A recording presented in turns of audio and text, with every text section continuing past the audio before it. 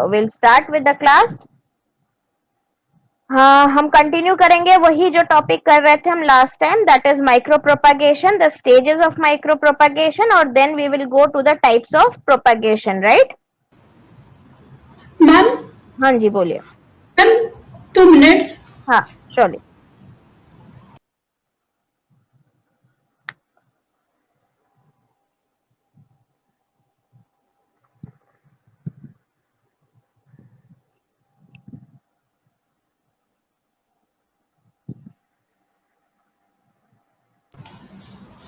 Hello ma'am. बोलो बेटा। Ma'am ये रिकॉर्डिंग हो रही है, आपके पास रिकॉर्डिंग होगी या मेरे पास भी होगी इस साइड भी? दोनों साइड होगी मैम बेटा, दोनों साइड होगी, आपके पास भी होगी, मेरे पास भी होगी। Okay ma'am. ठीक है, ओके मैम। मैंने उसमें एक्सेस, खुद का रिकॉर्डिंग मेरे में होगा और आपका रिकॉर्डिंग आपके में होगा। ठीक है, ओके मैम। भी अगर आज नहीं हो रहा है तो मुझे बताना, मैं आपको फॉरवर्ड कर दूंगी लेक्चर। ठीक ओके मैम। है, ओके चलो। अब हमने लास्ट टाइम तक ये देखा था कैसे प्रोपागेशन होता है, राइट? Yes ma'am. जाता है को शूट जनरेशन के लिए भेजा जाता है, फिर शूट का मल्टीप्लिकेशन होता है, उसके बाद हम रूट जनरेशन के लिए भेजते हैं, उसके बाद उसको हम इन विट्रो या एक्स विट्रो रूट का वो करते हैं, फिर लास्ट में हार्डनिंग करवाते हैं। ठीक है, ये हमने बेसिक देखा था। Yes ma'am. अब हम इसको स्टेप बाय स्टेप देखेंगे, कल्चर मीडिया और सब कुछ उसके बारे में हम डिटेल में पढ़ेंगे। ठीक है, okay. Now culture media preparation और स्टेरिलाइजेशन, जो फर्स्ट प्रोसेस, फर्स्ट स्टेज हमने देखा था कि हमारा कल्चर मीडिया बनाया जाता है ना, it has to be sterilize. क्यों स्टेरिलाइज? बिकॉज जो हमारे जो एक्सप्लांट हमने लिया है उसमें कोई जर्म्स हो, कोई फंगस हो, जो क्योंकि टिश्यू कल्चर में बेसिकली जो होता है फंगस इन्फेक्शन बहुत ज्यादा होता है। तो to stop that the explant has to be sterilize, उसको रोकने के लिए एक्सप्लांट का स्टेरिलाइजेशन करना जरूरी है। ठीक है, मैम उसमें एक्सप्लांट का जब हम स्टेरिलाइजेशन करेंगे मैम, तो वो एक्सप्लांट का जो सेल्स होंगे वो डेड नहीं हो जाएंगे? हम देखते हैं ना कैसे स्टेरिलाइज करते हैं, वो हम हीट स्टेरिलाइज नहीं करेंगे। ओके। उसमें हम अल्कोहल या फिर हम मर्क्यूरी क्लोराइड लेंगे फॉर स्टेरिलाइजेशन, वो हम अब धीरे धीरे देखेंगे। ठीक है, ओके मैम। हाँ चलो, पहले हम देखते हैं एमएस कल्चर। एमएस कल्चर मतलब मुरेसिंग एंड स्कोग कल्चर जो इसको बोलते हैं, एमएस कल्चर वो लेंगे। ठीक है, प्लस उसमें हमें क्या क्या होना चाहिए, मेसोल्स होना चाहिए, उसमें हमें sucrose as the source of carbon या एनर्जी हम बोल सकते हैं वो होना चाहिए, प्लांट ग्रोथ रेगुलेटर जो हमने पढ़ा था साइटोकाइनिन और ऑक्सिन वो होना चाहिए, जेलिंग एजेंट होना चाहिए। क्यों जेलिंग एजेंट? जो आपको क्वेश्चन था कि मैम जेल क्यों होना चाहिए, पानी होगा तो वो अंडर डिप हो जाएगा तो वो नहीं ग्रो करेगा, इसके लिए जेलिंग एजेंट होना चाहिए, अमाइनो एसिड्स प्रोटीन के लिए होना चाहिए, और विटामिन होना चाहिए। अब उसमें कौन कौन से सॉल्ट्स आते हैं, तो ये रहे सारे सॉल्ट्स जो बेसिकली उसमें डले जाते हैं, ammonium nitrate, magnesium sulphate, calcium chloride, manganese sulphate, potassium nitrate, potassium dihydrogen phosphate, zinc sulphate, potassium iodide, copper sulphate, cobalt chloride, hydrogen this boric acid होता है ये, और सोडियम मोलिब्डेनेट ऑक्साइड होता है, ये सारे उसमें सॉल्ट्स होने चाहिए। अब जेलिंग एजेंट के फाइटर जेल यूज होता है, जैसे अगर अगर होता था, पता है आपको बीएससी माइक्रो, यस मैम।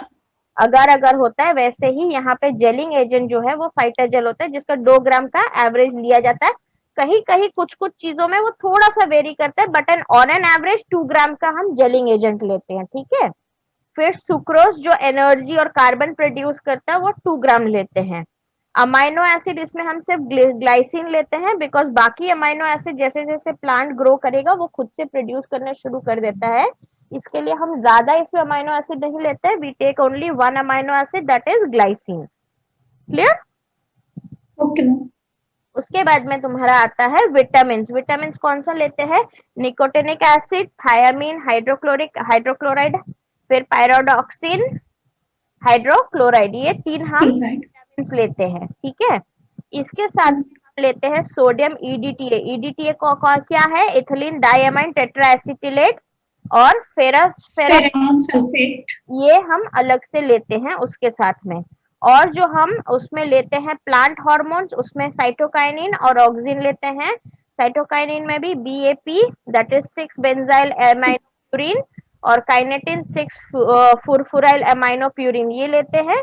और ऑक्सिन में इंडोल 3 एसिटेट एसिटिक एसिड और indole 3 butyric acid butyric acid. ये लेते हैं। ठीक है, अब लिखना यस मैम। चाहिए ये सारा कंटेंट उसमें, तो आप लिख लो एक नोटबुक में ताकि आपको याद रहे। Yes ma'am. हाँ लिख लो, उसको पेन डाउन कर लो। चलो,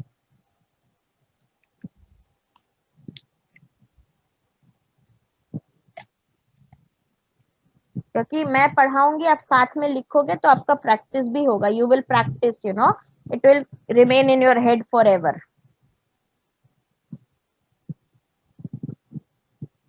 यस मैम। कोई बात नहीं, टेक योर टाइम, आराम से, कोई जल्दी नहीं है। ठीक है, ओके।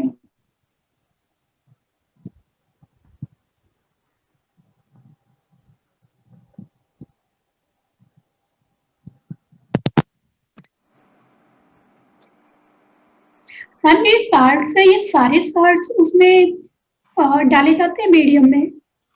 जेलिंग एजेंट में। Yes ma'am. जो इस मैम ये जो साल्ट्स लिखा है NH4 NO3 जो सारे हैं, हाँ, इन सारे को यूज किया जाता है एक साथ? स्मॉल क्वांटिटी में इनका यूज होता है, माइक्रोग्राम मिलीग्राम्स में यूज होता है। Okay ma'am. मतलब इसमें क्या होता है, सारे एक साथ नहीं यूज होते, डिपेंडिंग ऑन द प्लांट वो अलग अलग यूज होता है, पर ओके मैम। कॉम्बिनेशन यूज होता है। ऐसे नहीं कि एक में एक ही डलता है, ऐसे दो तीन डलता है, बट वो माइक्रोग्राम मिलीग्राम्स में होता है और वो depending on the plant very करता है। ये सारे जनरल हमने बता दिए कितने सारे सॉल्ट्स का यूज होता है ऐसा। ओके मैम, आप ऊपर कर दीजिए। एक minute,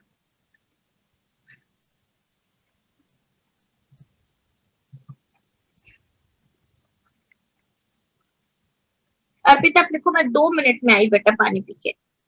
okay ma'am.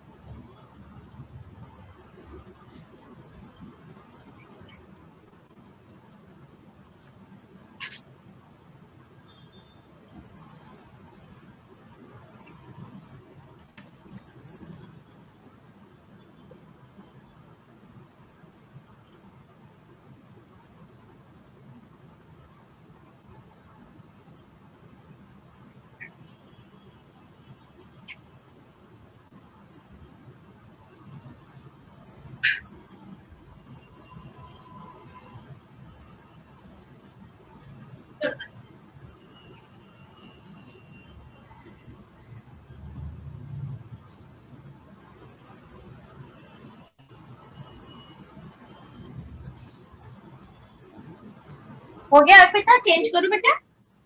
Yes ma'am.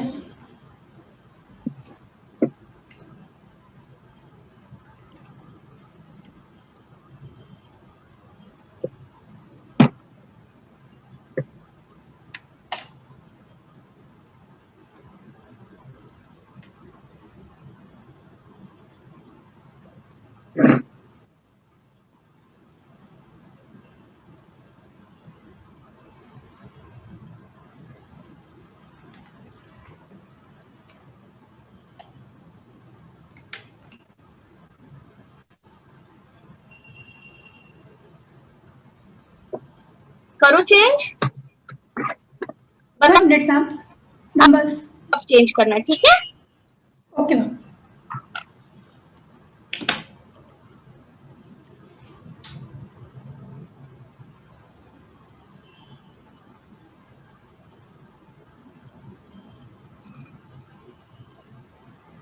Okay ma'am, change कर दीजिए। ओके, यहाँ ही तक था। यस। अभी आगे हम पढ़ेंगे प्रिकॉशनरी मेजर्स, क्या हमें प्रिकॉशन लेना पड़ता है जब हम ये करते हैं।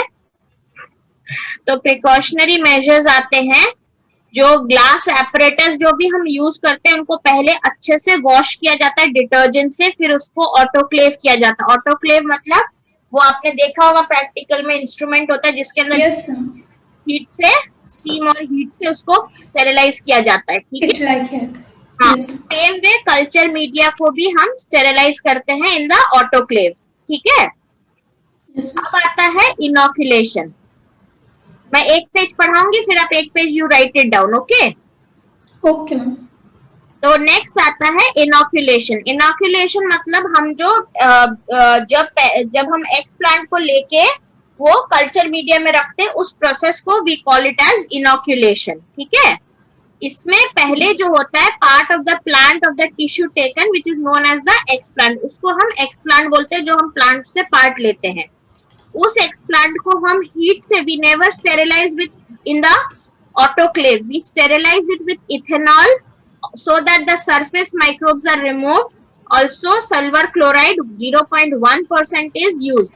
हम ज्यादातर इथेनॉल यूज करते हैं, पर कभी कभी हम सिल्वर क्लोराइड भी यूज करते हैं, बट उसका कॉन्सेंट्रेशन कितना होता है, 0.1% रखा जाता 0.1। है, ठीक है। यस मैम, अब एक्सप्लांट बेसिकली कहाँ से लिया जाता है? एक्सप्लांट लिया जाता है शूट एपेक्स से, लीफ से, ऑक्सिलरी बर्ड से, एंथर, पोलन या ओवरी, इन जगहों से हम एक्सप्लांट लेते हैं, मतलब वो जो पार्ट ऑफ द प्लांट लेते हैं, ठीक है। उसके बाद में उसको हम ट्रांसफर करते हैं कल्चर मीडिया में, जिसको हम इनोकुलेशन बोलते हैं, जो मैंने आपको एक्सप्लेन किया। अब ये कहाँ पे किया जाता है? ये किया जाता है लैमिनर एयर फ्लो। आपने देखा होगा लैमिनर एयर फ्लो क्या है, एक छोटा सा चेम्बर होता है जहां पे सामने से गर्म हवा, दोनों तरफ से, तीनों तरफ से गर्म हवा भी आता है और ऊपर से यूवी लाइट भी आता है, ताकि वो कंडीशन स्टेरिलाइज रहे, ठीक है। यस मैम, तो उस जगह पे इसको इनोकुलेट किया जाता है। पर मेरे साथ की एक कॉमेडी बताओ मैं आपको, आप हंसोगे। मैंने मास्टर्स किया है आपका, जब मेरा मास्टर्स का लास्ट ईयर था और मेरा प्रोजेक्ट था सोयाबीन के ऊपर में था, कि जो टोफू बनता है ना उसके ऊपर में था, तो उसमें मुझे कल्चर करना था। तो जितनी बार अगर मैं लैमिनर एयर फ्लो में जाऊं, पूरे सेफ्टी के साथ में मैं कल्चर करूं, हमेशा मेरे में कंटेमिनेशन आता था।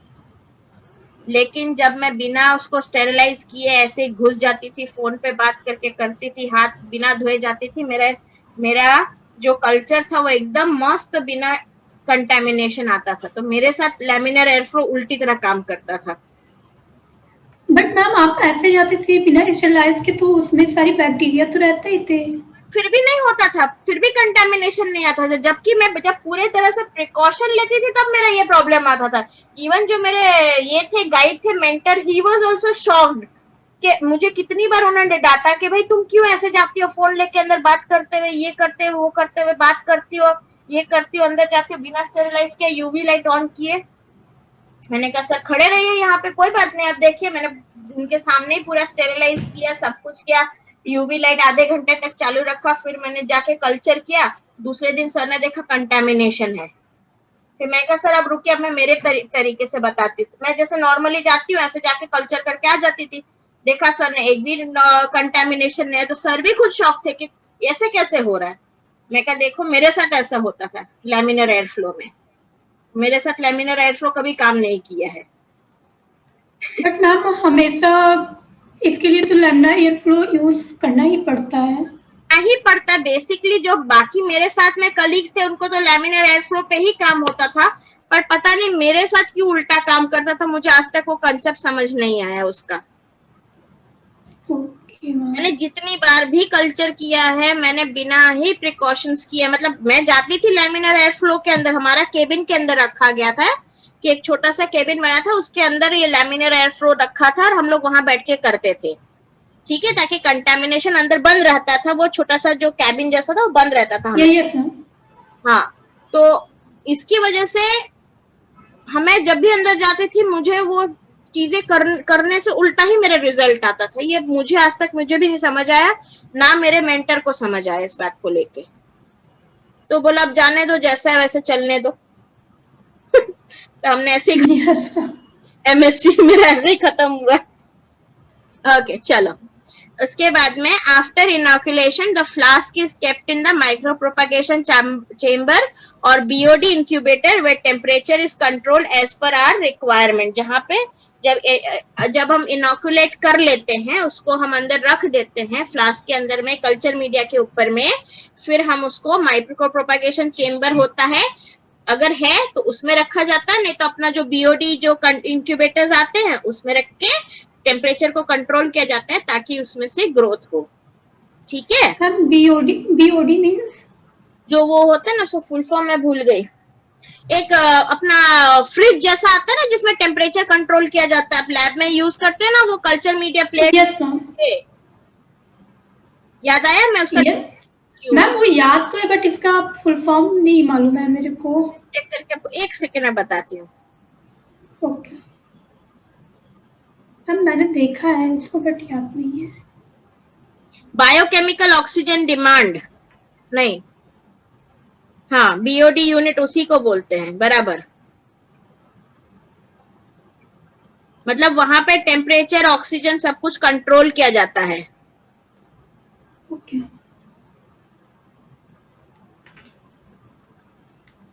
हाँ, बायो ऑक्सीजन डिमांड चेम्बर है, बराबर है। Maintain temperature for test tissue culture growth, storage of bacteria culture and incubation where high degree of constant temperature accuracy is required। ठीक है, yes, तो वहां पे बीओडी के पास में लिख देना biochemical oxygen demand, full form उसका। यस मैम, लिख लिया। अब टिश्यू कल्चर जो हमने इनोकुलेटेड किया हुआ वो डिवाइड होता है इनटू कैलस, उसमें से कैलस बनता है। This is followed by organogenesis. Organogenesis means, हाँ बता रही हूँ मैं आपको बेटा। द इनोकुलेट जो होता है पहले वो हमारे जैसे मैंने आपको लास्ट टाइम बताया था कि एम्ब्रायो बनता है, हमारे एग्स एम्ब्रायो बनाता है, वैसे ही ये टिश्यू कैलस बनाता है, मतलब a group of tissue which is known as callus. उसमें ऑर्गेनोजेनेसिस होता है। ऑर्गेनो मतलब ऑर्गेनो मतलब क्या हुआ, ऑर्गन। Yes ma'am, organ.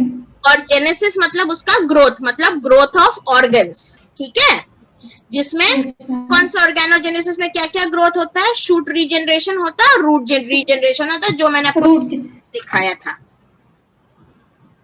ठीक है, यस मैम। शूट रीजनरेशन मतलब ऊपर का भाग, प्लांट के ऊपर का भाग जिसमें आपका स्टेम, लीफ सब आता है। और रूट मतलब जो सॉइल के नीचे जाता है, जो जनरेशन होता है। ठीक है, यस मैम। चलो अब इतना लिख लो, फिर हम आगे पढ़ते हैं। ओके, आपके पास इसके बुक्स नहीं है ना? नो मैम, बुक्स नहीं है। मैं आपको बुक्स दूं, आप पढ़ोगे? इंग्लिश में है but all the notes are in English. Okay ma'am, मैं पढ़ूंगी, दे दीजिए आप। ठीक है, मैं जैसे जैसे मुझे मिलता जाएगा मैं आपको भिजवा देती हूँ। ठीक है, ओके मैम।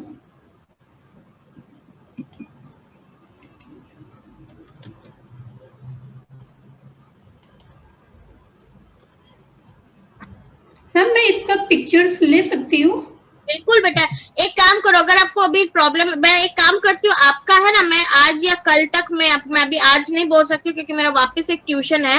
मैं कल तक मैं आपको एक गूगल क्लासरूम बना के दूंगी, मैं आपको लिंक है ना व्हाट्सएप में डाल दूंगी, वो लिंक को एक्सेप्ट कर लेना, तो वो आप, मैं सारा नोट्स उसमें डालती रहूंगी, तो आप वहां से कभी भी चाहो तो आप ले सकते हो।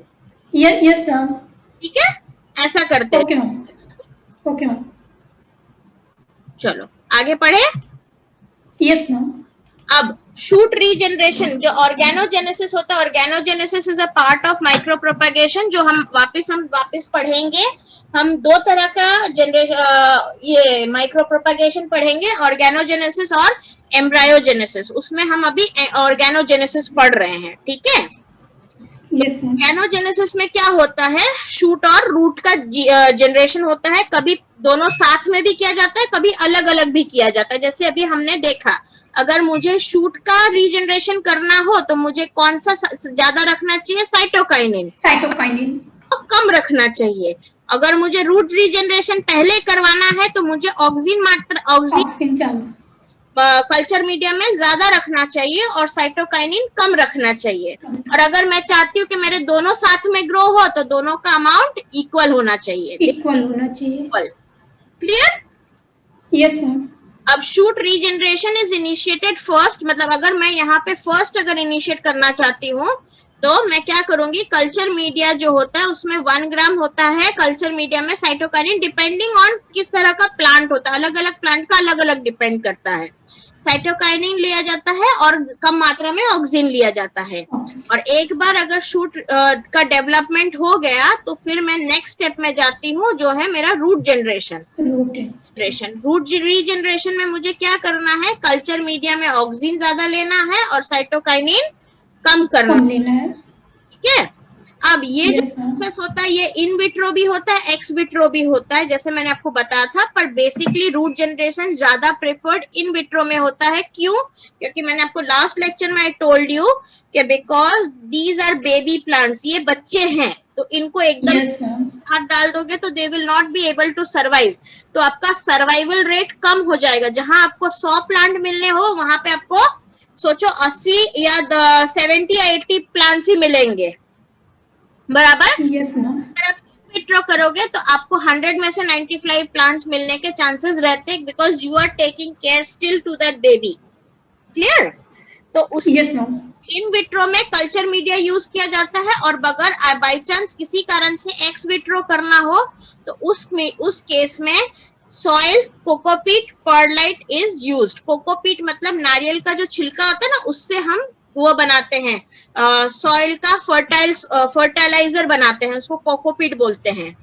ये जब आप सॉइल में ऐड करते हो ना तो सॉइल सॉफ्ट रहता है, they do not, binding capacity उनका कम हो जाता है सॉइल पार्टिकल्स का, जिसकी वजह से एयर और वाटर मॉलिक्यूल ज्यादा मतलब वो एयर पार्टिकल्स ज्यादा उसमें एयर भर सके, तो रूट का अच्छे से ग्रो हो सके। Root will be provided with much of air and water. और पर वो एक मिनरल है जो आपको स्टोन के मतलब as a mineral from the earth crust you obtain. Clear? Yes ma'am. समझ आया इतना तक? Yes ma'am. अब आता है हार्डनिंग और एक्लिमेटाइजेशन। हार्डनिंग और एक्लिमेटाइजेशन का मतलब क्या होता है? हार्डनिंग मतलब उसको मजबूत करना। यहाँ पे पेड़ को मजबूत नहीं किया जाता, बट उसको मजबूत करना कि वो तुम उस एनवायरनमेंट में ग्रो कर सको। ठीक है, उस एनवायरनमेंट कर सको। एक्लिमेटाइजेशन मतलब हम एक्लिमेटाइज होते हैं, मतलब हम किसी से अपना जान पहचान बढ़ाते हैं। हम कोई जगह पे जाते हैं तो हम एक्लिमेटाइज होते हैं। एक्लिमेटाइजेशन का मीनिंग मैं आपको समझा रही हूँ कि अगर मैंने आपको एक नए जगह पे डाल दिया, जैसे मैंने आपको सुल्तानपुर से उठा के सूरत ला दिया, तो आपको थोड़ा टाइम लगेगा सूरत को समझने में। Yes ma'am. तो उसको बोलते हैं, वो प्रोसेस जहाँ पे आप उसको पूरे एनवायरनमेंट को समझते हो उसको हम बोलते हैं एक्लिमेटाइजेशन। एक्लिमेटाइजेशन ऐसे होता है। एक्लिमेटाइजेशन ऐसे तोड़ तोड़ के पढ़ो तो आपको इजी रहेगा। ठीक है? ओके। Yes ma'am. चलो अब यहाँ पे hardening, here soft plantlets are allowed to become capable to survive in the natural habitat. क्योंकि अब इन विट्रो में तो सालों साल उसको नहीं रख सकते हो। मैंने आम के पेड़ के बहुत सारे छोटे छोटे आम के पेड़ लगाए टिश्यू कल्चर से। ठीक है, छोटे प्लांटलेट्स बने। अब उसको तो मैं इन विट्रो लैब में तो नहीं बड़े बड़े आम के पेड़ उगा के उसमें से आम तोड़ सकती हूँ। That is not possible. I have to take them and put it in the field, right? Yes ma'am. मुझे उसको नेचुरल हैबिटेट में सरवाइव करवाना सिखाना पड़ेगा, जिसके लिए मैं 2 तरह से करवा सकती हूँ, इन विट्रो और x vitro. In vitro hardening में क्या होता है, डाइल्यूट MS सॉल्ट सोल्यूशन लिया जाता है, जिसका रेशियो होता है 1:10 या 1:4 के अप्रॉक्स होता है। इसमें कोई प्लांट हार्मोन नहीं डाला जाता है, बिकॉज प्लांट अभी शूट और रूट बन चुका है। वो खुद का हार्मोन्स खुद प्रोड्यूस कर सकता है, खुद का खाना खुद प्रोड्यूस करेगा। वो तभी तो वो सीखेगा जीना उस नेचुरल एनवायरनमेंट में। ठीक है? Yes ma'am. Yes ma'am. इसमें कोई प्लांट हार्मोन नहीं डालते हम, उसमें कोई सुक्रोज या एनर्जी सोर्स नहीं डालते हैं, वो खुद बनाया जाता है। ठीक है? अब मैम यहाँ पे जो ये हार्डनिंग होता है, यहाँ पे सॉइल का यूज होता है? कि बिल्कुल होता है। जब आप उसको बाहर डालते हैं, ये एमएस सॉल्ट जो डाइल्यूट एमएस सॉल्ट सोल्यूशन के बाद में भी उसमें हम कोकोपीट डलता है, पर्लाइट डलता है, वर्मिक्यूलाइट डलता है, ये सब डलता है उसमें, ठीक है। तो ये सब Yes, ma'am. सॉइल के साथ मिक्स करके डला जाता है, पर सॉइल का कंटेंट बहुत कम रहता है क्योंकि कोकोपीट में ही मैक्सिमम वो सब सॉइल जैसा क्वालिटी आ जाता है, ठीक है। अब परलाइट और वर्मिक्यूलाइट क्या होता है, they are rocks with minerals, जिसके अंदर में वो पत्थर होते हैं जिसको तोड़ के उसमें डाला जाता है ताकि उसमें मिनरल्स हो, ताकि प्लांट्स को इनफ मिनरल्स मिले। अब ये मैंने इन विट्रो आपको बताया, ठीक है, ये मैंने आपको, yes ma'am, in vitro culture, ठीक है। अब हम यस मैम। हाँ जी बोलो मैम, इन विट्रो कल्चर में तो कोकोपीट यूज होगा या ये तो एक्स विट्रो कल्चर में यूज होता है? मैं उसको सप्लाई, यहाँ पे हमने क्या किया, एमएस कल्चर लिया है, लेकिन एमएस कल्चर का सोल्यूशन का सॉल्ट कंटेंट बहुत कम है ना, उसको हमने हार्मोन दिया ना, उसको हमने कोई एनर्जी सोर्स, उसको कहीं ना कहीं से तो उसको ऑब्जर्व करना पड़ेगा कि नहीं वो चीज। Yes ma'am. तो वो उस केस में हम कोकोपीट डलता है और पर्लाइट डलता है जिसमें मिनरल्स होता है। कोकोपीट से क्या ऑब्जर्व करता है, दो चीज होता है, कोकोपीट से जो एयर पार्टिकल्स होता है वो थोड़ा सा ज्यादा ट्रैप हो सकता है, प्लस कोकोपीट जो होता है नारियल का जो वो होता है जो छिलके होते हैं उसमें सेल्यूलोज कंटेंट रहता है, तो वो उसको भी ऑब्जर्व कर सकता है, उसमें से भी वो अपना एनर्जी सोर्स को वो ब्रेक करके ले सकता है टेम्पररी बेसिस पे, समझ आया? Yes ma'am. वो ऐड करते हैं इन विट्रो में। अब एक्स विट्रो जब हम जाते हैं तो हम उसमें अब एमएस सॉल्ट नहीं लेते हैं सॉल्यूशन, उसमें प्राइमरी हार्डनिंग में हम क्या लेते हैं, उसमें प्राइमरी हार्डनिंग मतलब इनिशियल स्टेज, दो एक्स विट्रो में दो स्टेज में होता है, प्राइमरी और सेकेंडरी हार्डनिंग होता है। प्राइमरी में पहले हम कोकोपीट, सॉइल राइट और पिटमैक्स और जियोलाइट लेते हैं।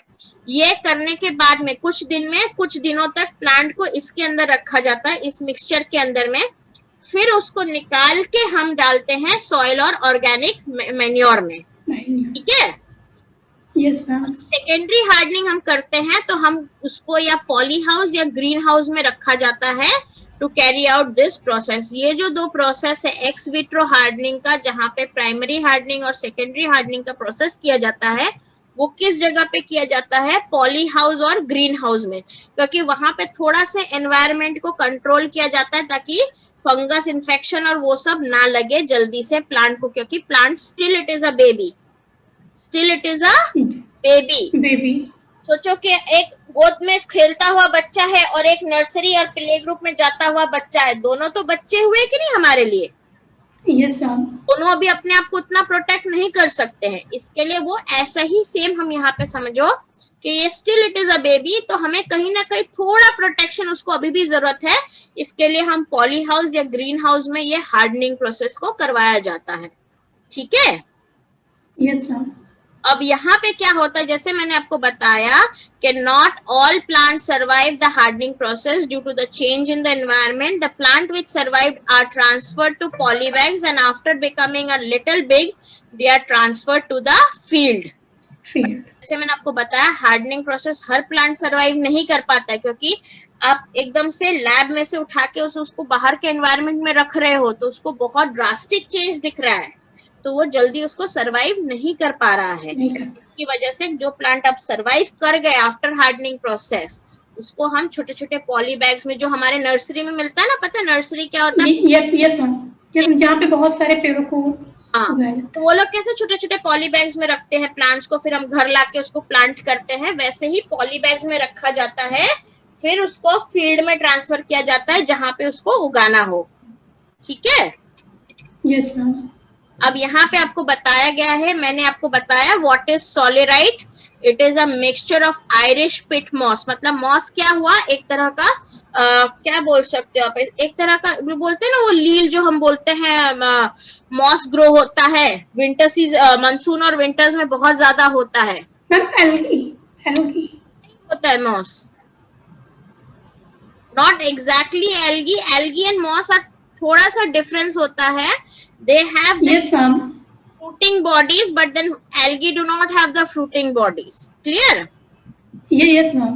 only they form a layer on the wood or something like trunk पे हो जाता है, ट्री के ट्रंक में भी हो जाता है। तो ये उसके 75% आयरिश पिट मॉस से बनता है और 25 हॉर्टिकल्चर ग्रेड एक्सपेंडेड पर्लाइट, मतलब पर्लाइट वो मिनरल होता है, उसके 25% होता है और इसका पीएच जो होता है 5.0 to 6.5 का होता है।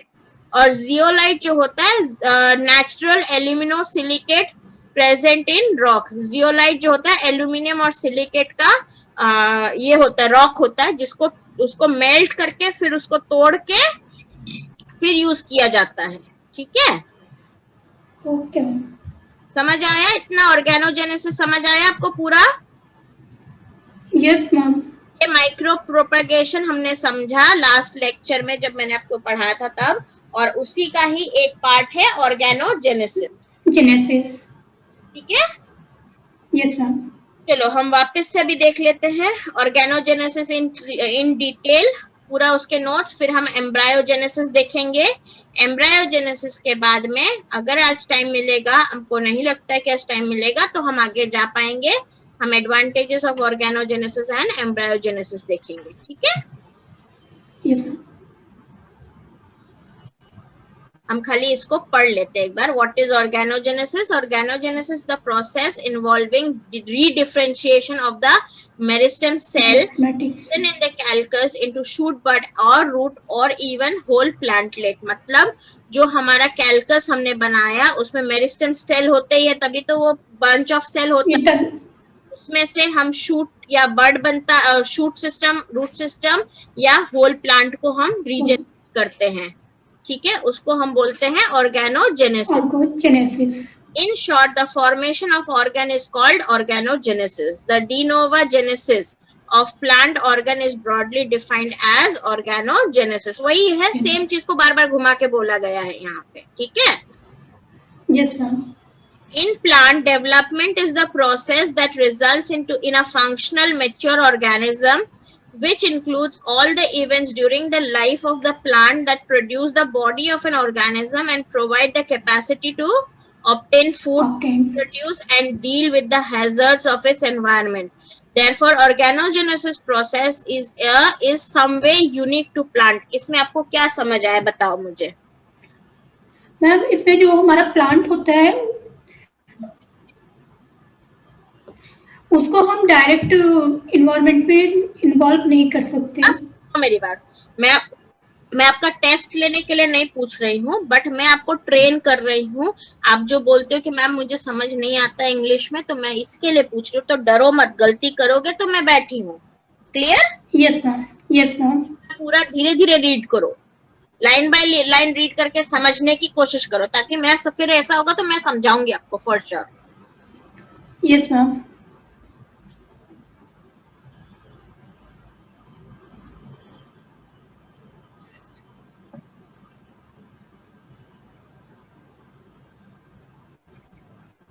चलो, आएगा, आया हुआ? हम बहुत अच्छे से तो नहीं हुआ, बट थोड़ा समझ में आया। जितना आता था बताओ मुझे बेटा। Okay ma'am.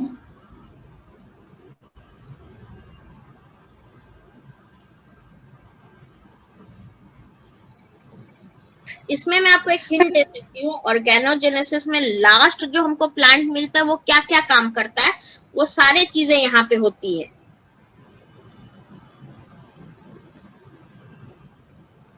Yes ma'am.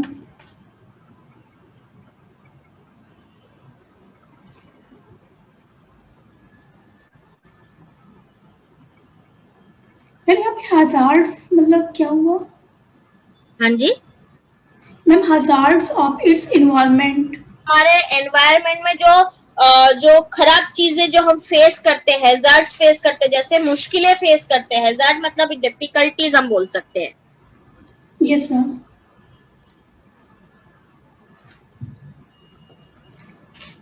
पौधों के ग्रोथ में फंक्शनल मैच्योर, जो हमारा फंक्शनल मैच्योर ऑर्गेनिज्म है, वो जीवन लाइफ के मतलब प्लांट पौधों के प्रोड्यूस मतलब पौधों के जो बॉडी है उसके प्रोड्यूस होने के दौरान ऑर्गेनिक जो प्लांट बॉडी है उसका उसके प्रोड्यूस होने के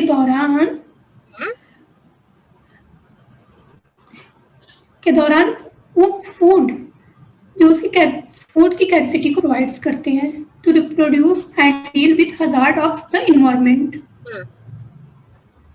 इन्वायरमेंट के जो डिफिकल्टीज है, यस मैम, जो डिफिकल्टीज है उनसे उनको रिप्रोड्यूस उनको डील करने के साथ करते हैं। Okay, very good.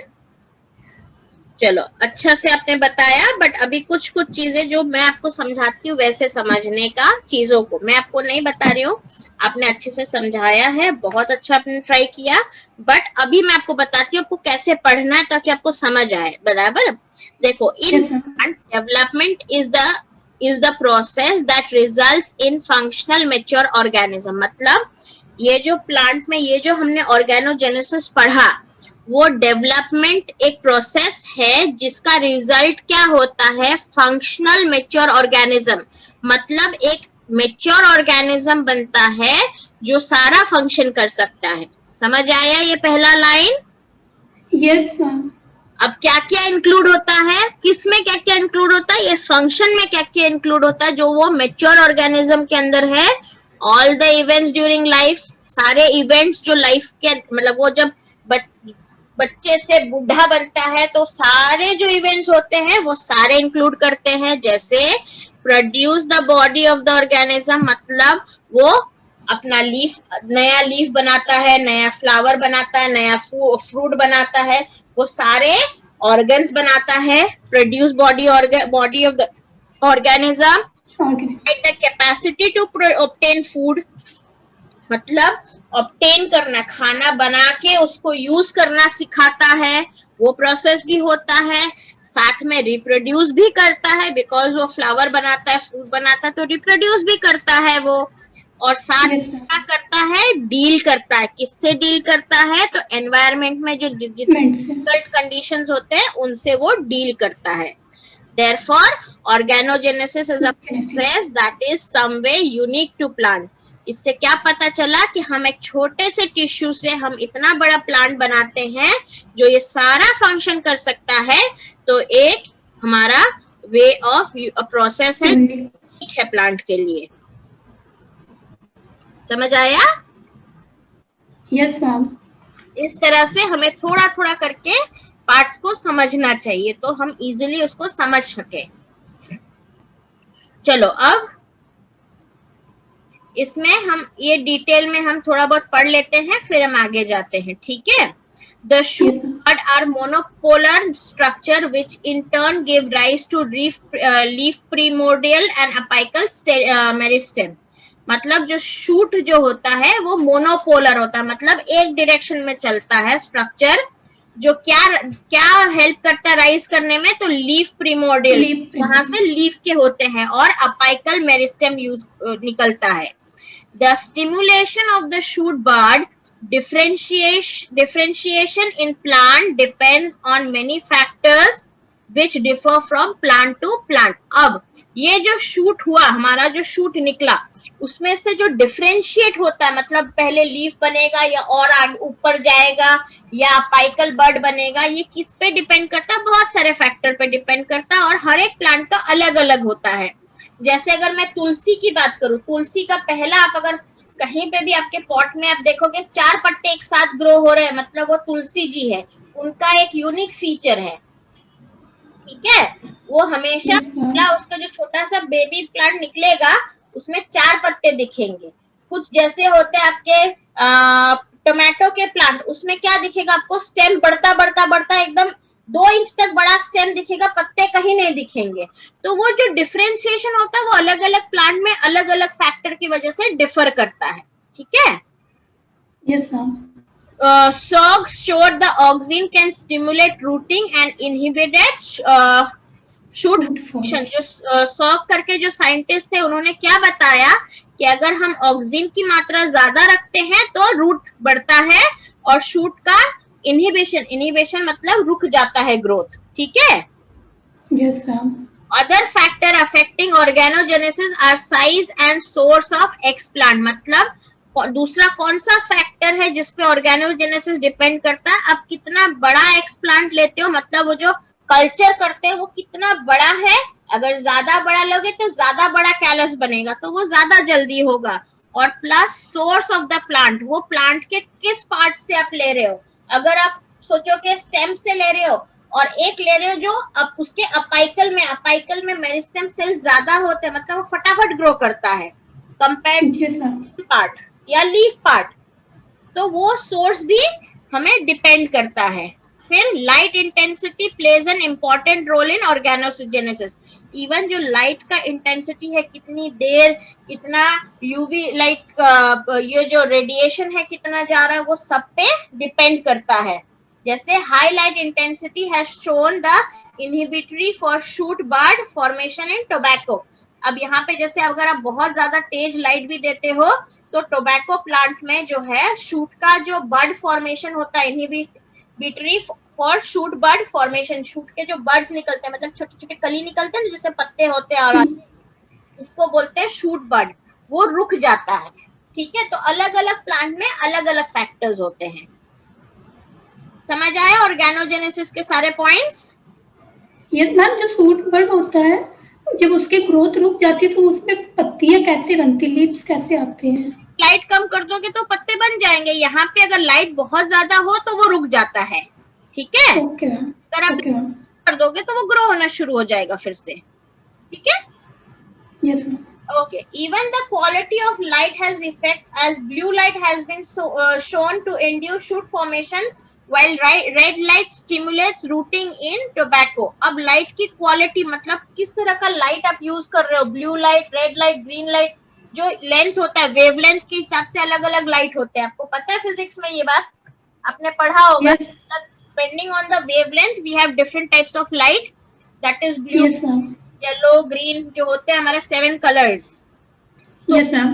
अगर हम ब्लू लाइट डालते हैं टोबैको में तो वो इंड्यूस शूट फॉर्मेशन, मतलब वो शूट फॉर्मेशन को बढ़ाता है, उसको होने देता है। अगर हम रेड लाइट डालते हैं तो वो क्या करता है, स्टिमुलेट्स रूट फॉर्मेशन, मतलब जब हम चाहे उसमें फिर रेड लाइट डालेंगे तो उसका रूट जल्दी निकलेगा, शूट नहीं निकलेगा। ठीक है, ओके मैम। अर्पिता क्लियर? कोई डाउट बेटा? मैम एक बार इसको फिर से बता दीजिए। इसमें जैसे लाइट होता है ना, हमारे 7 कलर्स होते हैं। जो व्हाइट लाइट होता है ना हमारा सूरज की light, yes ma'am.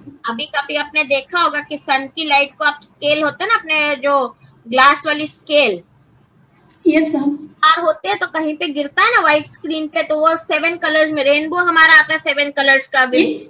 Yes ma'am, ma'am वो तो पता है, बट इसमें जो अभी आपने बताया कि रेड कलर से बर्ड होते हैं, अलग अलग कलर्स के होते हैं, मैं वो बता रही हूँ आपको। तो डिपेंडिंग ऑन द वेवलेंथ वो अलग अलग कलर्स के होते हैं। तो जैसे अगर हम ब्लू कलर का लाइट डालते हैं टोबैको प्लांट में तो वो शूट फॉर्मेशन को एनहांस करता है, मतलब शूट फॉर्मेशन को बढ़ाता है। ठीक है, यस मैम। अगर हम के बदले में रेड लाइट डालते हैं सेम टोबैको प्लांट में तो हमने देखा है कि उसमें रूट फॉर्मेशन चालू हो जाता है, शूट फॉर्मेशन वो भूल जाता है। ओके मैम, समझ आया? Yes ma'am. तो depending on the quality of the light also it depends, vary होता है, अलग अलग प्लांट में अलग अलग होता है। द ऑप्टिमम टेम्परेचर रिक्वायर्ड में वेरी विथ प्लांट स्पीशीज। अब प्लांट स्पीशीज के अकॉर्डिंग ऑप्टिमम टेम्परेचर अलग अलग होता है। जैसे कुछ चीजें जो होते हैं ठंडी प्रदेश में ज्यादा होती है, कुछ चीजें गर्मी जगह पे ज्यादा होती है, तो डिपेंडिंग ऑन दैट तो टेम्परेचर अलग अलग प्लांट का अलग अलग होता है। ठीक है, yes ma'am. The medium solidified with agar-agar favors bud formation, although there are some reports about the development of leafy shoot bud on culture grown on suspensions। मतलब अगर हम बहुत ज्यादा अगर लेके सॉलिडिफाई कर देते हैं, जेली नहीं रखते हैं, उसको एकदम सॉलिडिफाई कर देते हैं, तो हमने क्या देखा, बड फॉर्मेशन होता है, बराबर। बट अगर बड फॉर्मेशन मतलब छोटा सा कली जैसा निकलेगा, पर अगर हम सस्पेंशन रखते हैं मतलब जेली लाइक रखते हैं तो उसमें लीफ का भी फॉर्मेशन स्टार्ट होता है। ठीक है। मैम यहाँ पे सस्पेंशन मीन्स? सस्पेंशन मीन्स जैसे बहुत ज्यादा लिक्विड भी नहीं, बहुत ज्यादा सॉलिड भी नहीं, जेली लाइक सब्सटेंस को हम सस्पेंशन बोलते हैं। Okay ma'am. ठीक है, जिसपे वो सस्पेंड हो सके, मतलब तैर सके, डूबे नहीं अंदर। Yes ma'am. स्विमिंग पूल में आप डूब जाते हो, लेकिन स्विमिंग पूल के बदले में अगर मैं जेली लाइक सब्सटेंस रखूं तो आपकी आधी बॉडी अंदर जाएगी, आधी बॉडी ऊपर रहेगी, तो आप सस्पेंड पे तैर रहे हो, डूब नहीं रहे हो। समझ आया? Yes ma'am. इस तरह से होता है ये। समझ आ गया ऑर्गेनोजेनेसिस पूरा? Yes ma'am. कोई डाउट यहाँ पे? No ma'am. ठीक है, चलो हम आगे चढ़े। हम आगे चलते हैं एम्ब्रायोजेनेसिस में। एम्ब्रायोजेनेसिस, एम्ब्रायो मतलब क्या होता है? ग्रुप ऑफ सेल, और उसका जेनेसिस करने को हम बोलते हैं एम्ब्रायोजेनेसिस। जेनेसिस। क्लियर? Yes ma'am. अब embryo is defined as the earliest recognizable multicellular stage of an individual that occurs before the development of characteristic organs of a given species। मतलब क्या हुआ है? जो दो सेल के जेनेटिक मटेरियल मिलके एक बनते हैं, उसके बाद में उसमें कुछ टिश्यूज बनते हैं, वो सेल डिवीजन होके खाली एक मास ऑफ टिश्यू बनाता है। ठीक है, वो टिश्यू का फिर बाद में जाके हाथ, पैर, नाक, मुंह, कान सब बनता है। वैसे ही वो मास ऑफ टिश्यू से शूट पार्ट बनता है, रूट पार्ट बनता है। तो वो जो मास ऑफ टिश्यू हमने बनाया और बना हर एक स्पीशीज में, उसको हम बोलते हैं एम्ब्रायो। जहां भी सेक्सुअली रिप्रोडक्शन होगा वहां पे एम्ब्रायो बनेगा। ठीक है? Yes ma'am. The production of embryo-like structure from callus is known as embryogenesis। मतलब यहाँ पे हमने अभी तक पढ़ा था कि पहले हम ऑर्गेनोजेनेसिस में हमने क्या पढ़ा था कि हम पहले उसको कैलस में बनाते हैं। हम उसको पहले क्या बनाते हैं? कैलस। जैसे मैंने यहाँ पे आपको पिक्चर में बताया, एक्स प्लांट का हम कैलस बनाते हैं। कैलस के बाद हम उसको शूट रीजनरेशन में भेजते हैं, जहां पे मैं साइटोकाइनिन को बढ़ा देती हूँ, ऑक्सिन को कम कर देती हूँ, तो मेरा शूट बनता है। ठीक है। बट यहाँ पे क्या होता है? यहाँ पे क्या होता है? जो कैलस होता है, production of embryo like structure from callus, ये कैलस में से जो एम्ब्रायो लाइक स्ट्रक्चर हम बनाते हैं उसको हम बोलते हैं एम्ब्रायोजेनेसिस। है उसको हम एम्ब्रायोजेनेसिस। In higher plants, such embryos usually arise from the zygote formation and are termed as zygotic embryos। तो हायर प्लांट होते हैं, मतलब जो वेल डेवलप्ड प्लांट्स होते हैं, हायर मतलब जो ऊंचे वाले नहीं, जो वेल डेवलप्ड प्लांट हो उनको हम बोलते हैं हायर प्लांट। वहां पे क्या होता है? एम्ब्रायो कब बनता है? जाइगोट फॉर्मेशन से, जाइगोट फॉर्मेशन के बाद बनता है। ठीक है, और उस तरह के जो जाइगोट फॉर्मेशन के बाद बनता है उनको हम क्या बोलते हैं? जाइगोटिक एम्ब्रायोज बोलते हैं। उस केस में हम यहाँ पे ये अलग है, यहाँ पे हम आर्टिफिशियली कैलस से एम्ब्रायो बना रहे हैं, तो वो अलग प्रोसेस है, वो एम्ब्रायोजेनेसिस है। बट नेचुरली जो होता है, जो जाइगोट के बाद एम्ब्रायो बनता है, उसको हम बोलते हैं embryogenesis. Clear? Yes ma'am. Embryogenesis में हम दो सेल्स लेते हैं, यहाँ पे यूज करते हैं। जी बिल्कुल। जैसे मैं आपको बताऊं, अगर मैं एक मिनट में आपको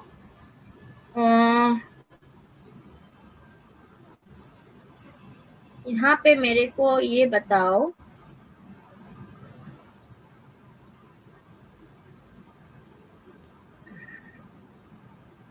चलो मुझे नहीं मिल रहा है, वो मैं ढूंढ रही हूँ। बोर्ड का है मेरा, चलो छोड़ो, मैं बाद में। यहाँ पे जो है ये डिफरेंट प्लांट के दो सेल लेती है या सेम प्लांट के दो सेल होते हैं? होता है ना बेटा। एम्ब्रायो, जाइगोटिक एम्ब्रायो में क्या होता है? जैसे पॉलिनेशन होता है, पॉलिनेशन प्रोसेस पता है आपको, राइट? जब पोलन ग्रेन्स जाके स्टिग्मा में यस मैम। फिर वो स्टिग्मा में से पोलन ट्यूब अंदर जाता है, फर्टिलाइजेशन प्रोसेस होता है जहां पे पोलन ग्रेन का डीएनए जाके माइक्रोस्पोर के साथ में मिक्स होता है और जाइगोट बनाता है। माइक्रोस्पोर का डीएनए क्या है? 1N, और पोलन में से भी 1N जाता है। Yes ma'am. तो 1 मिलके क्या बनता है, 2n 2n। Yes ma'am. Zygote होता है। तो जाइगोट जो होता है वो क्या करता है, फिर जाइगोट के बाद में वो बनाता है एम्ब्रायो, मतलब जाइगोट बनने के बाद वो टिश्यू डिवीजन होता है और वो एम्ब्रायो बनाता है। तो उस स्टेज को हम बोलते हैं जाइगोटिक एम्ब्रायोस। समझ आया? Yes ma'am. अब यहाँ पे वेरियस टाइप्स ऑफ सेल जो है वो यहाँ पे बताया गया है। Various types of cells and tissue can be used as source of embryogenesis. Embryogenesis process करने के लिए कौन कौन से सेल्स हम यूज कर सकते हैं? तो माइक्रोस्पोर्स जो सिंगल सेल होता है 1n, उसका डीएनए हाफ हो जाता है, genetic material. Yes ma'am. Zygote use कर सकते हैं जो अभी अभी फर्टिलाइज किया हो ओव्यूल को, वो हम यूज कर सकते हैं। सोमैटिक सेल्स यूज कर सकते हैं, जो हम बॉडी, जो प्लांट के बॉडी के जो सेल होते हैं उसको यूज कर सकते हैं। या सोमैटिक हाइब्रिड्स जो 4n होते हैं वो हम यूज कर सकते हैं। कभी कभी हाइब्रिड्स हो जाते हैं तो उसको भी हम यूज कर सकते हैं। ठीक है?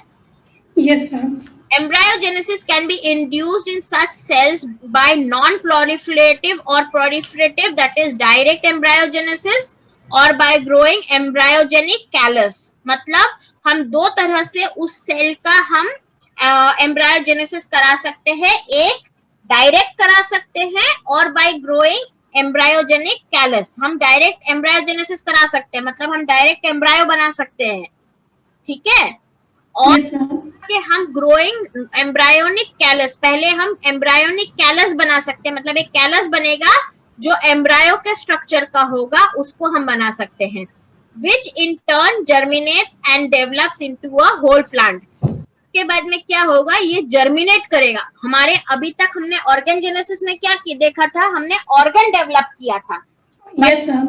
हम एम्ब्रायो डेवलप करते हैं जो फिर वो जर्मिनेट करेगा और जर्मिनेट करने के बाद वो होल प्लांट में डेवलप होगा। डेवलप हो जाएगा। समझ आया यहाँ तक? Yes ma'am. अब embryogenesis can be initiated in an explant only from the more juvenile or meristematic tissue।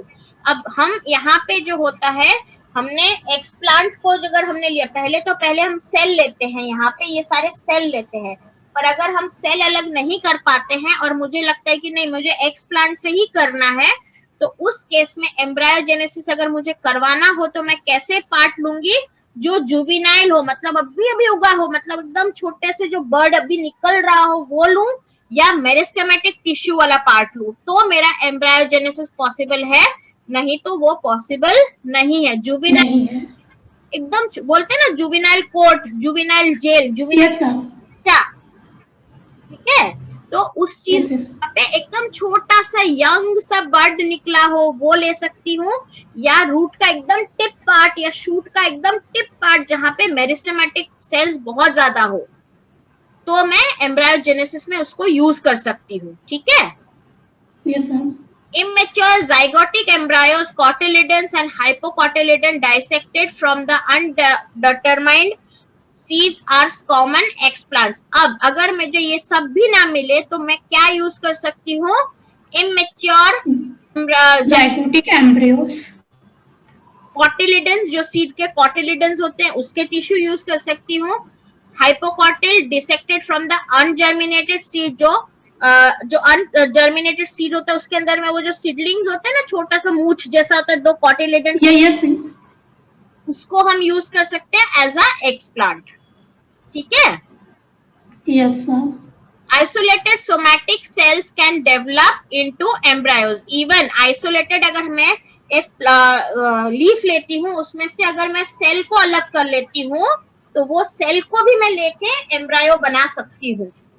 But ma'am जो यहाँ पे आपने बोला अनजर्मिनेटेड सीड, मैम जब वो जर्मिनेटेड रहेगा नहीं तो उसमें सेल्स की ग्रोथ कैसे होगा? मतलब कभी कभी क्या होता है, ड्यू टू सर्टेन रीजंस वो सेल जो होता है ना वो काफी टाइम तक जर्मिनेट नहीं कर पाता है। जैसे अगर मैं बैम्बू की बात करूं, बैम्बू का सीड जो होता है ना, अगर आप जमीन में डालो तो 4-5 साल के बाद वो उगता है। वो ऐसे ही इनएक्टिव अनजर्मिनेटेड फॉर्म में पड़ा रहता है, शांत रहता है, ताकि मैं पूरा एक्यूमुलेट कर लूं अपने अंदर। और 5 साल के बाद उसमें से छोटे छोटे बर्ड्स निकलते हैं, तो उस केस में वो अनजर्मिनेटेड बोला जाता है।